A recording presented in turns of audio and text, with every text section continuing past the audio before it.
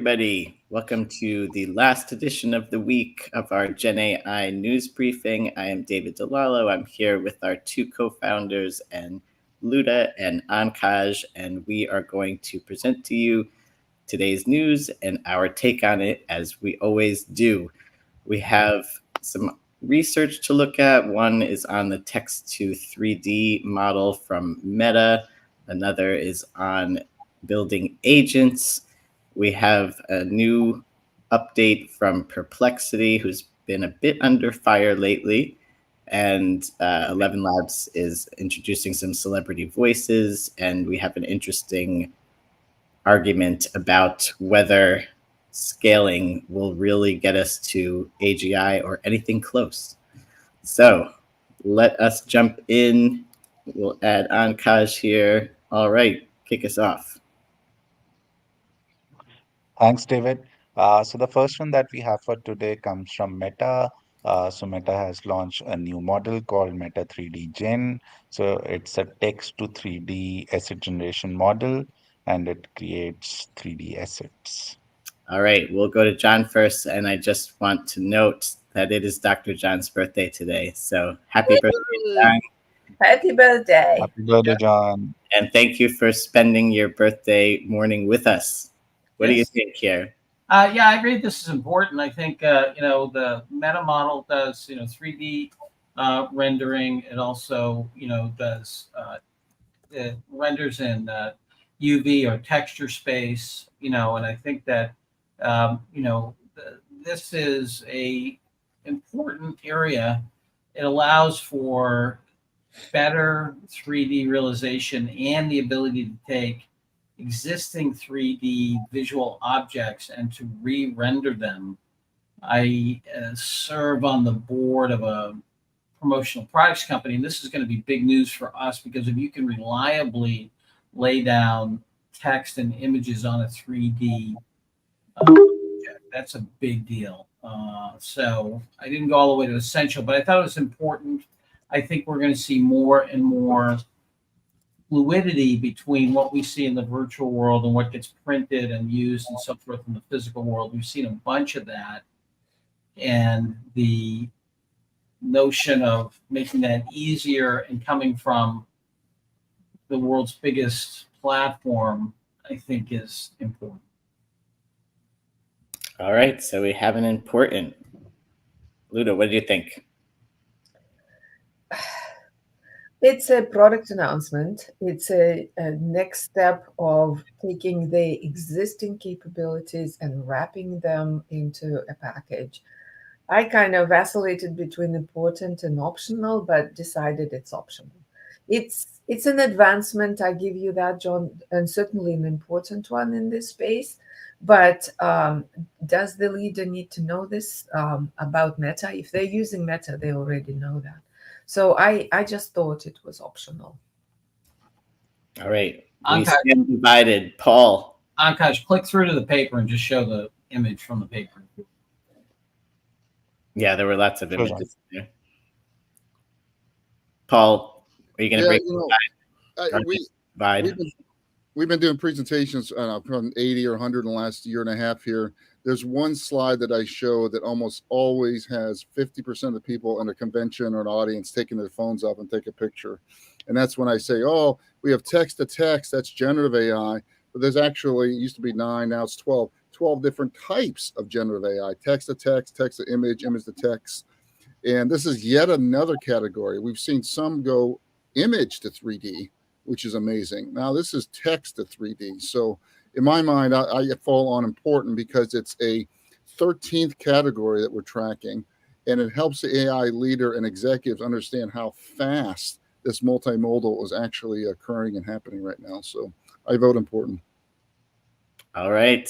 Sorry, Luda, you vacillated and we have moved it to important. Okay. Live with it. Yes, I will. All right, important it is. What's the next one here, Kaz? Okay, the next one comes from Perplexity. So they have introduced Pro Search, and Pro Search uses multi-step reasoning to provide better results. All right, I am still a Perplexity user despite the flack that they are getting lately. And one of the things that seems to be happening here is they're abstracting away a bit some of what you can do with a prompt using a chain of thought prompt to get better answers. And it feels like it's kind of doing that automatically as one of the things here. But check me on that, Luda, and let me know what you think. I rated this as important. I think they're taking it to another step. So they're breaking the problem into little pieces and then researching a little deeper on those pieces and giving you a more comprehensive answer. So, and I think there is a toggle. I haven't played with it, but I think there is a way to say it, go like fast, quick search, or a more deep reasoning search. So I think this is a great advancement. I am a fan. I use it all the time instead of Google. So I tell everybody to use it. So I think it's an important development. Yeah, I think it's the same switch that has already been there, which actually I never knew what the switch was doing for me, but I just always put it to pro thinking like that's better. So I think it's that switch where it's going to do this.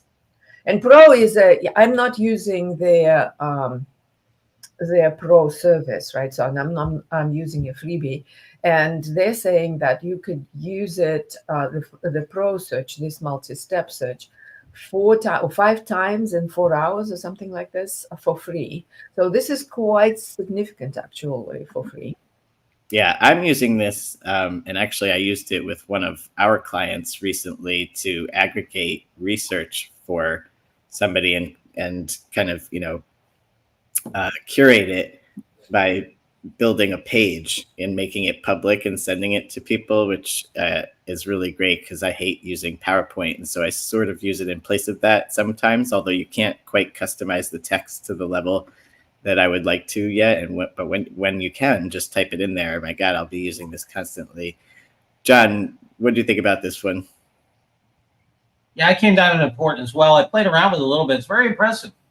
Its ability to come up with cogent analysis, and I think you can really see it. And they have their problems. And I don't like their attitude, their management when they do go out and steal stuff by accident or on purpose and screw up. But they're making a heck of a product. This is true. Are you on the board with important, Paul? Google is all about search, and Google has been this intergalactic, slow-moving, screw up their launches for the last 18 months, and Perplexity is this speedboat zipping around on the number one use case for Google, which is research. And not only doing research, actually, giving nice, good summaries with links back to source. So they are kicking Google's butt, in my view, on use case. The most important thing on a product, will your users tell and advocate for other users? And Adam, you already did that today, and I hear it all the time. There's a whole cult of people loving this product here. So it is important because it's transforming it. And we haven't even begun to talk about how its impact's going to be on the bloodbath that we see coming on SEO. So come in here and what are the most sustainable diapers for my newborn? Rank them and have this come out and show me source documentation. It's a really important trend, I think, out there. And it reminds me a little bit the very early days, John, of the internet when we had 6 or 7 search engines, and everyone said Alta Vista was supposed to be the best. And this dinky little company out there called Google was starting to show up. And it just started going through this Google here. And it was on the side. Next thing it became. So that's the same feeling I have this. So for all of that, I argue important. Yeah, I actually had an MBA team on the ground looking at Alta Vista and tech strategy. And I will tell you, it was pure incompetence. And I won't publicly criticize one of the major consulting companies was in there, and they were totally screwing up the advice, and their advice was horrible, and eventually got Digital Compact for a trivial. A major consulting company having bad advice, John? And they wanted the bill paid? All right, we'll come down on important on this one. Thanks everyone for the commentary. What do we have next, Ankaj? Okay, the next is a research paper which is titled AI Agents That Matter.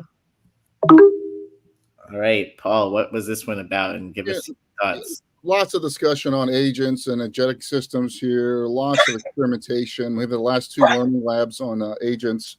And this is a research paper that's contributing to some of the major themes under that. But for the AI leader right now, it's 100% optional.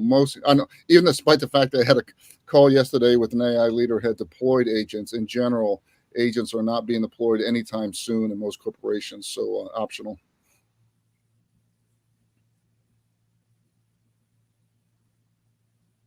Sorry, I was muted. Luda, what do you think?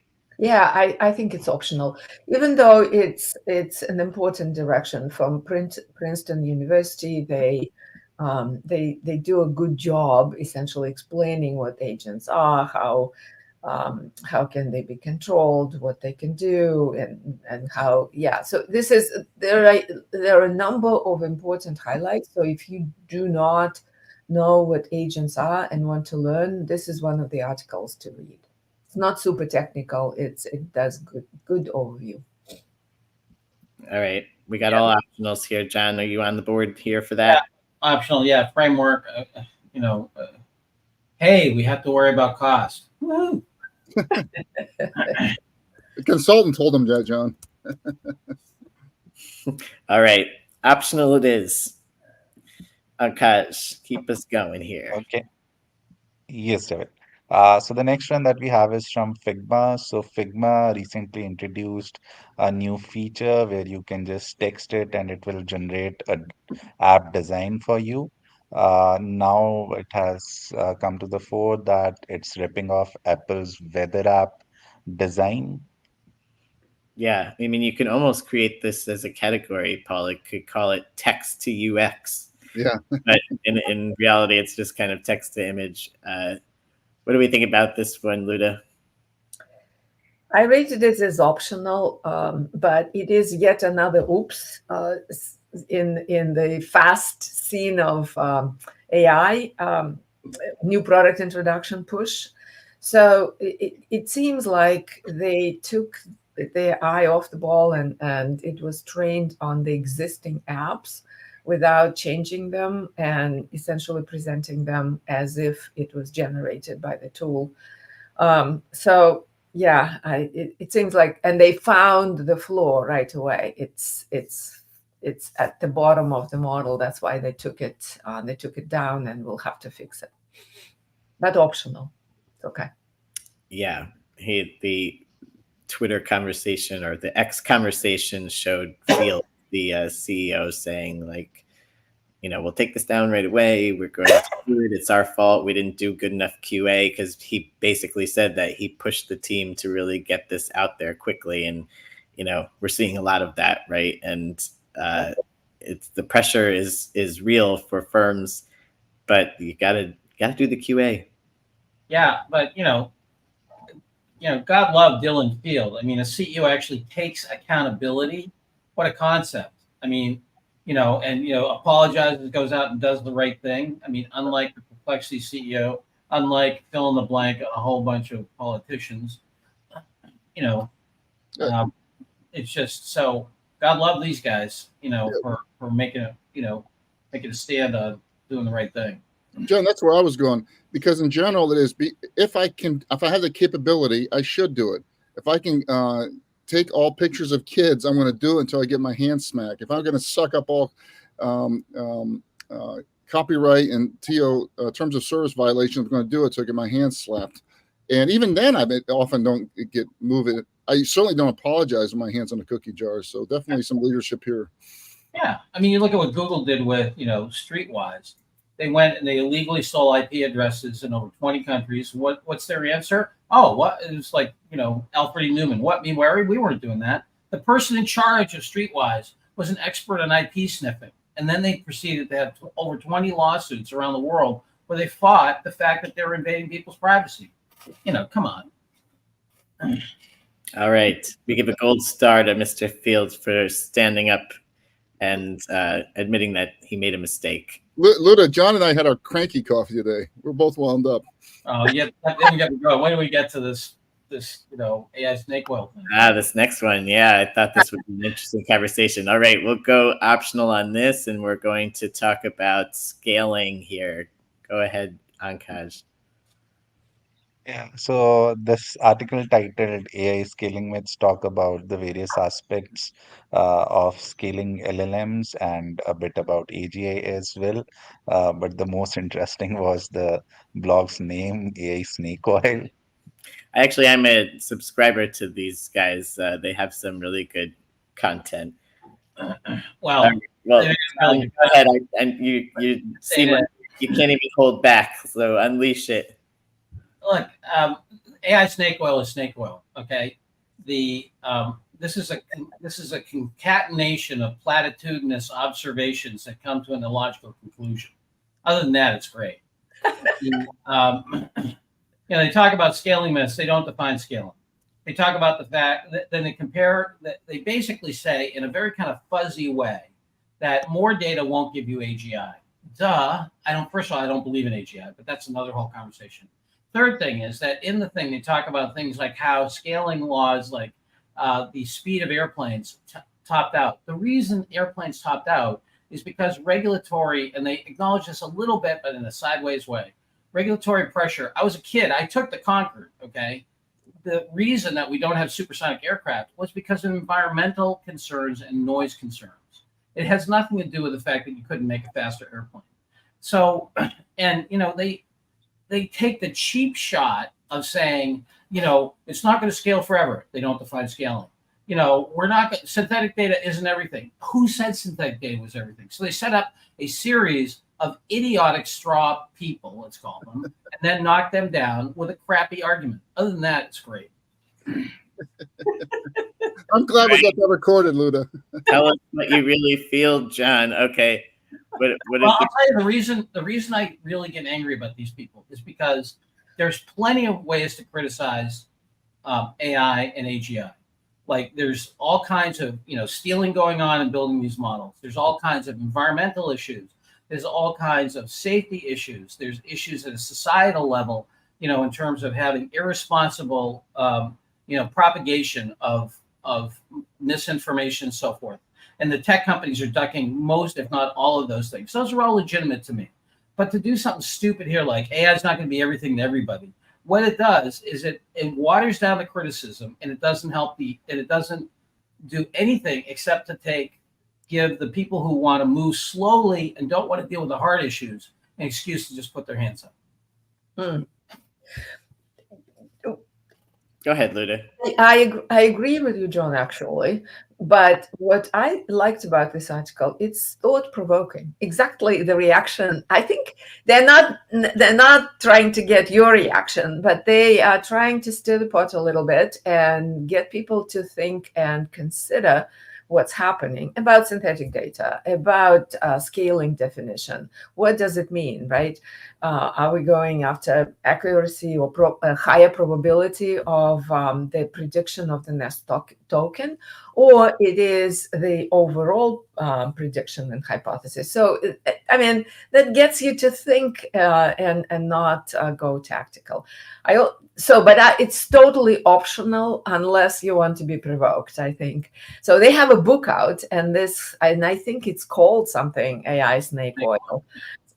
Or they're about to put it out. So this is a post promoting the book, I think, and they are after stirring the pot. So if you want to be stirred, read this article. And from reading their other pieces, because I do subscribe to their blog, like they're not in like the Gary Marcus camp. Like they're not ultra, negative on LLMs and generative AI. So I will say that, not that helps this argument, but they're not, stirring the pot to the degree that he's doing. Yeah, but look, Gary Marcus's stuff I actually like better because it's better reason. Here's my problem. They say there's no definition of scaling. There's no definition of improvement. Okay, well, give me a definition of scaling. Give me your definition of improvement. What I really hate about this, Luda, is that we are in this world where people don't know the difference between true critique and just crappy throwing emotional crap at stuff. And that's what this is. This is just taking an emotional hook and throwing it at it and having no analysis. And they're claiming to have analysis. You know, it'd be one thing if they're just like, you know, whatever, a talking head on TV, just, slamming each other over some political issue. But this is supposed to be an analysis of scaling laws, and they don't define a single thing. The way they cite data is inaccurate. And so I hear you. This isn't stirring the pot. This is throwing mud in a soup and saying, like it? Yeah. I see. No, you have that, because I think this is a very valid argument, because when they were arguing about the limitations of the scaling and putting those two examples, when you think about it, you say, well, that doesn't compute, does it? So it is thought provoking, but they are using the arguments that are not correct, I would say, not logically correct. So yeah, I give it to you. Mm-hmm. David, you're getting a window into John's teaching style of 12 years at Harvard Business School. So you come in with your pencil sharp when you go to a Sviocla class. That's right. All right. I think we lost Ankaj for our last article here on 11 Labs. Let me see if I could get it up quickly for us. All right.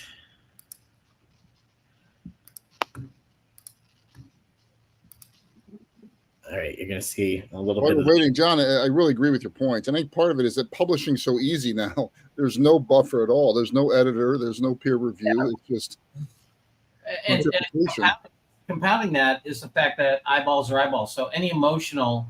Correct. Look, John Perry Barlow, God rest his soul, he was a lyricist for the Grateful Dead. He started the Electronic Frontier Foundation. He said, look, if you have an ad-driven model, if you have an attention-driven economic model, the problem is that you're just going to keep going down until you hit the limbic system in terms of how you interact with people. You're not going to use the higher brain, right? And that's what we see happening. That's why folks like Facebook and Google and stuff should be regulated, in my opinion. But, good luck getting that done now that we have the Chevron decision. All right. This brings us to the final article of the day. Ankaj is back to introduce, so you can go ahead and introduce this, Ankaj. Or maybe he's still struggling to come on.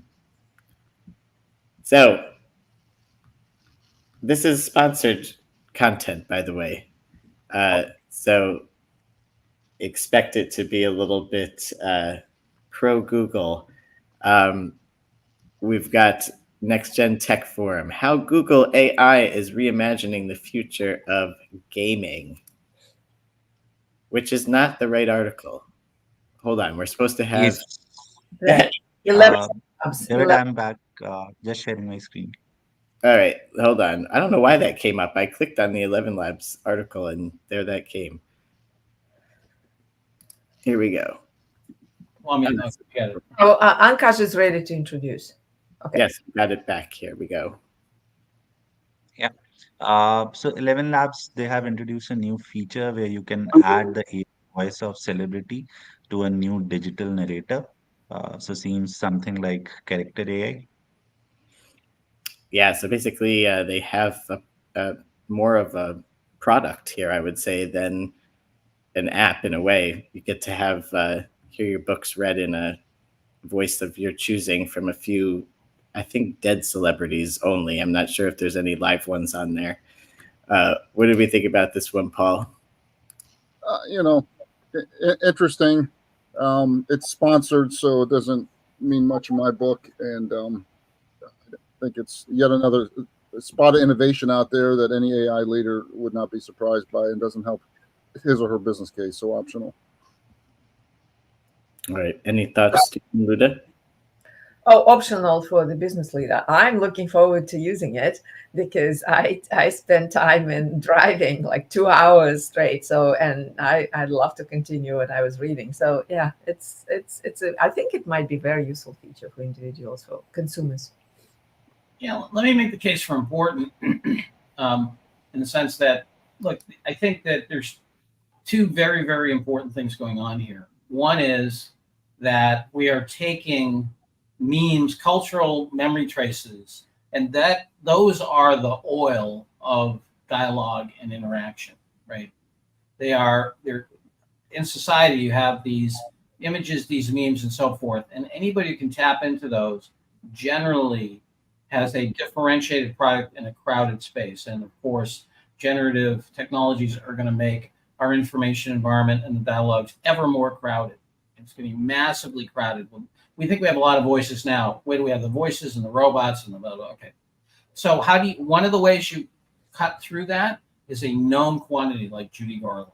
So I think that's very important to start staking out. If you're in any industry, start staking out what are those memes and how do I get access to them? If I'm in banking, do I start thinking about who's going to own Warren Buffett's voice when he's dead? If I'm an investment company, that's an important thing for my branding. Okay, so I think that's super important. I think the second thing is that business model now that I call Night of the Living Dead Productions. We are going to bring all those things back from the past in an economical way, and they're going to be highly differentiated. To me, the voice and audio part of our interactions is the least developed. The visual part is the most developed, and audio is the new frontier. And think of it this way. Voices are to the coming audio and conversation wave what generic URLs were at the beginning of the internet. So cars.com went for millions of dollars. Warren Buffett's voice 20 years from now is going to go for millions, tens of millions of dollars. Well, John, really well said. I actually even think we have some of the voices already. Who's that guy that does Frontline? William Lyman? I mean, that's a very distinctive voice that will, AI will take that over the next decade, some of the NPR voices. So, right. And so those voices, which have been channel bound and individual bound, are not going to be memes across. And given the importance of dialogue, take a look at Alexa. Amazon came out, killed the market, did a fantastic job. 68% of the Alexa devices are in a place where people spend most of their time in the household. What did they do with that lead? Absolutely nothing. But they are going to wake up and do something, or somebody else is going to do something, and it's going to be powerful. And you're going to have and you're going to want conversations with known voices, known entities. Donald Trump's voice is going to be unbelievably valuable. Yeah. No, that's right, and that's the message for enterprises for sure. To think about their strategy in that sense.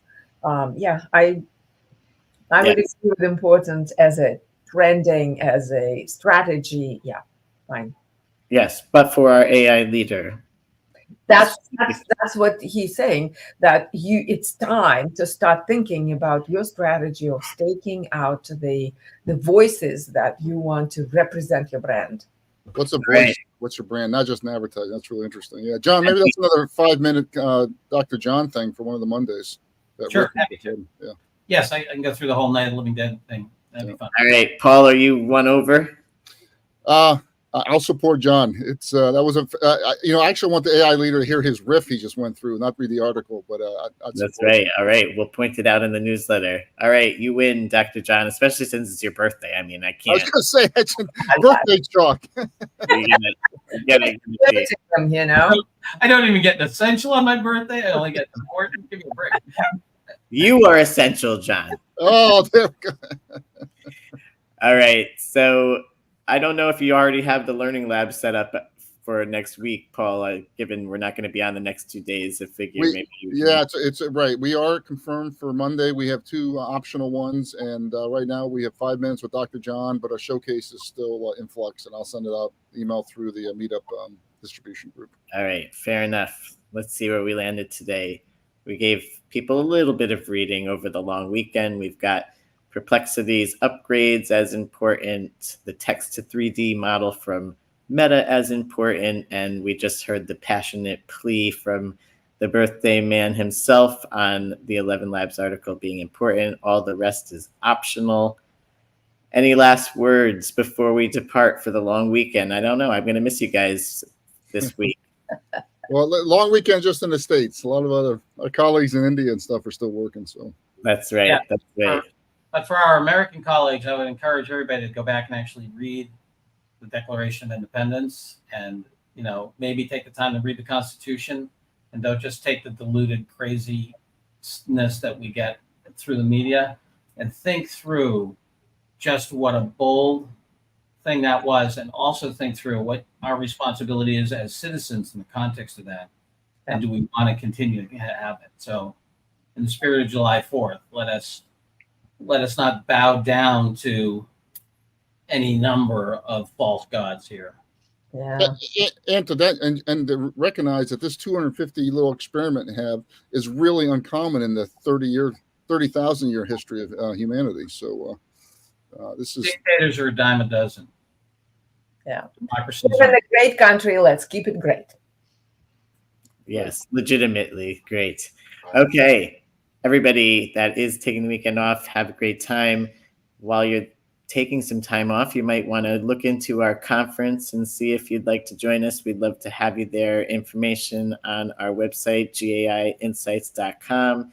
You can hit up our YouTube for the daily briefings if you missed them this week, plus a bunch of other content that we put up on there to keep you educated. And have a great rest of the week, everybody. See you soon. Thank you. Happy birthday, John. Bye, guys. Thank you.